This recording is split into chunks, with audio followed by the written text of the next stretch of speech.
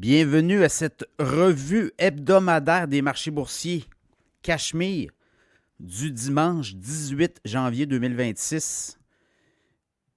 Un podcast notamment présenté par nos partenaires, Frédéric Turcotte, conseiller financier. Vous n'avez pas de conseiller financier, vous en voulez un. Vous voulez avoir une seconde opinion? Bien, contactez Frédéric Turcotte, frédéricturcotte.com. Il va vous donner une seconde opinion sur vos placements. Et si vous aimez ce qu'il vous dit, bien, vous le prenez comme conseiller financier. Pas plus long que ça. ProStar SEO, avec tous les engins de recherche, les moteurs de recherche, ChatGPT, Claude Anthropique, maintenant, il faut être présent là. Et ça amène des références pour vos produits, vos services que vous vendez en ligne. Donc, ProStarSEO.com va travailler avec vous. On va vous faire aller sur ces moteurs de recherche-là, mais surtout dans la référence web. Mais référence également des moteurs intelligents maintenant. Et il y a des façons de travailler. Donc, ProStarSEO.com va faire en sorte que vos sites web, vos produits, vos services offerts vont se démarquer dans l'univers web, mais de tout ce qui est intelligence artificielle maintenant, l'IA fait partie de la réalité. ProStarSEO.com et également l'infolette InfoBref. En 5 minutes par jour, vous êtes informé. Vous pouvez vous abonner. Il y a un lien dans le podcast que vous écoutez. Allez cliquer là-dessus. C'est gratuit. Et vous allez recevoir chaque jour en début de journée votre infolette InfoBref. Voilà, infobref.com. Pour s'abonner. Bon, quand même, une très bonne semaine dans la mesure où, je regarde du côté canadien, du côté américain, oui, on a vu comme un peu, là, on est allé chercher des sommets, puis on est quand même assez haut, là, en fait, on n'a jamais été aussi haut. Si vous regardez la bourse de Toronto, c'est des sommets jamais atteints, là. On est très, très haut, 33 040 points cette semaine. On a fait quoi? 1,11 points. Depuis le début de l'année, la bourse de Toronto a quand même donné 3,6 % d'avancée. Il y a des années, c'était ça, La bourse de Toronto, c'était 3, 4, 5 %. Là, l'an passé, ça a fait quoi? 27, 28 % de hausse. Et là, on est à 3,6 %. Oui, l'or, le pétrole. Mais pour Toronto, ça a bien été cette semaine. Le Dow Jones, légère baisse de 0,3 %. Dans le cas du Nasdaq, 0,3 % également de baisse. Le S&P 500 n'a presque pas bougé. Et on va peut-être aller tester les 7000 points pour le S&P 500. On va le voir. Le Bitcoin, ça a bien été. Depuis le début de l'année, le Bitcoin, sur la dernière semaine, a fait pas mal de surplace. Mais depuis le début de l'année, il y a quasiment 9 % le Bitcoin. Donc, 95 000. Il est comme en latéral depuis le mois de novembre. La mi-novembre, là, il est à 95, 92, 93, 95. On est monté même à 97, quasiment 98 000. Parce qu'aux États-Unis, là, il y a le Clarity Act. On devait déposer les amendements de cette loi-là qu'on veut déposer pour le gouvernement. Et au Sénat américain, on devait déposer des amendements. Bon, en discussion, Coinbase ne semble pas très satisfait du projet de loi, mais à un moment donné, il va falloir procéder. Robinhood l'est, la plateforme de Robinhood, dans la direction de Robinhood. Donc, on est là-dedans. Là, on discute, mais je pense qu'on ne voudra pas tarder non plus. Donc, éventuellement, il va y avoir un encadrement du Bitcoin, des crypto-monnaies aux États-Unis. Et ça va donner le ton. Les Américains veulent prendre le lead là-dedans, clairement.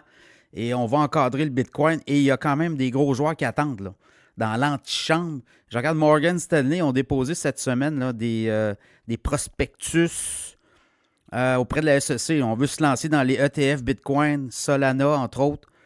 Donc, il y a tout ça là, qui est dans l'attente. Et éventuellement, on va encadrer davantage les crypto-monnaies aux États-Unis. C'est une réalité qui va se pointer éventuellement, là. Donc voilà, il y a ça. Le Bitcoin a quand même, depuis le début de l'année, le Bitcoin a quand même fait quasiment, si je regarde rapidement, le Bitcoin a 9 % quasiment de rendement. L'Ethereum va mieux, 3332 depuis puis on est positif sur la semaine. On a quasiment, 0,3 %, mais depuis le début de l'année, l'Ethereum a 12,3 % de rendement.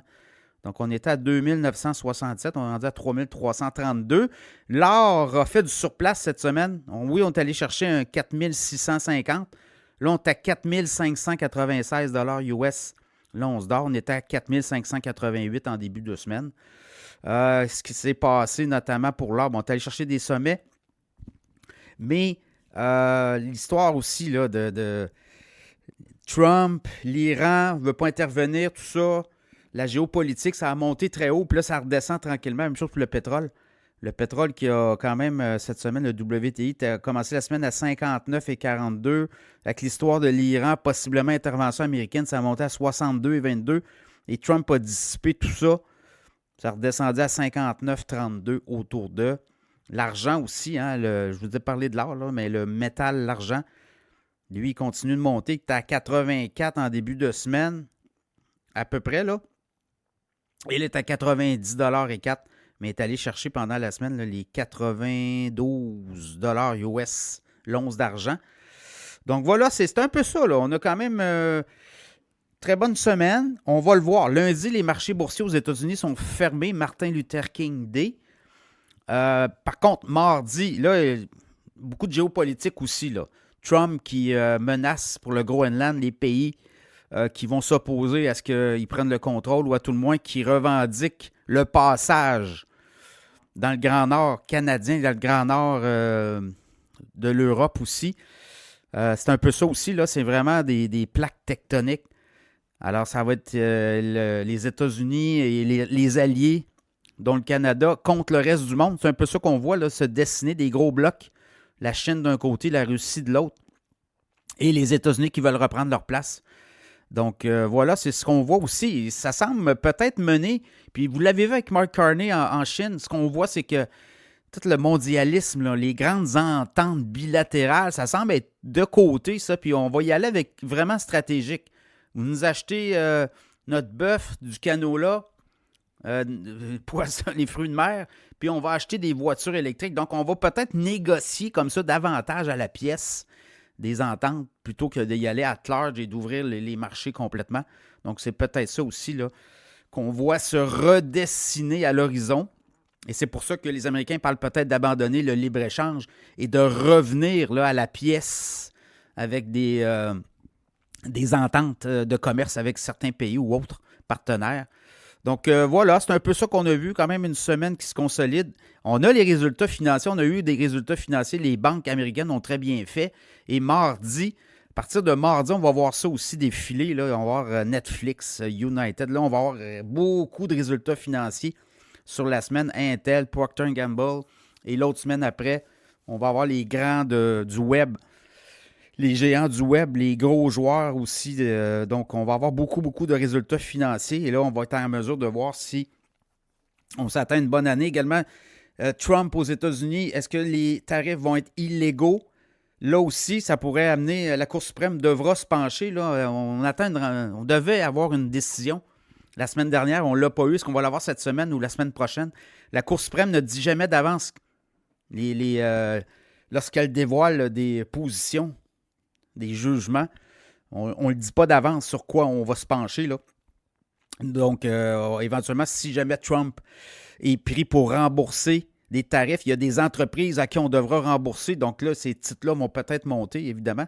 Mais Wall Street n'aime pas beaucoup là, toute la prime de risque autour des tarifs. On l'a vu l'an passé, au mois d'avril, là, avril, comment ça a été quand même une descente. Là, c'était moins 20 % à peu près. Et là, par la suite, quand tout ça a été clarifié, ça est reparti vers le haut. Donc, on pourrait revivre ça éventuellement si la Cour suprême rejette la position de Donald Trump. Là, son juge illégaux, les tarifs de Trump. Donc, tout ça est dans la boîte à surprise géopolitique également. Mais l'économie américaine va bien. Vous l'avez vu, la croissance économique, l'inflation qui descend. On va avoir des chiffres sur l'inflation aussi. Et la Banque centrale, éventuellement, Trump veut changer le président de la Fed. Donc, éventuellement, il y aura des baisses de taux aux États-Unis aussi. Donc, baisse de taux, habituellement, égale marché boursier en hausse. Et n'oubliez pas non plus, la Fed a commencé à réimprimer de l'argent aux États-Unis. On rachète des obligations gouvernementales. On rachète des bons du Trésor. Et on rachète des obligations à des entreprises là, pour nettoyer les bilans. Donc, on met beaucoup d'huile dans les marchés financiers aussi. Donc, voilà quand même, très bonne semaine et on va voir. Lundi, la bourse de Toronto est ouverte, je crois, mais Martin Luther King Day aux États-Unis, ben ça, c'est fermé, ça sera à suivre.